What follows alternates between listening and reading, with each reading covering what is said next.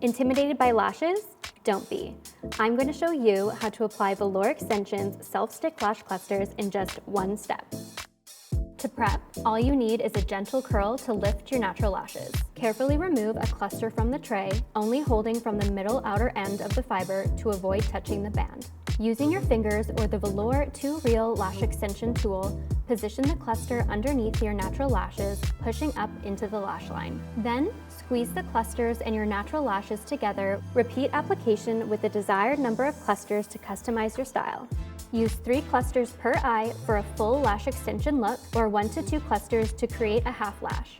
I'm going to show you both ways. So, continuing on this eye, I'm going to add 2 more clusters to create a naturally flared full lash look.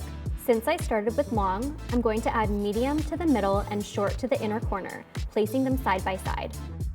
Now for a half lash, I'll only use 2 clusters. I'm going to place long on the outer corner and add medium beside it. And just like that, you have a customized look. So easy, it can be done on the go.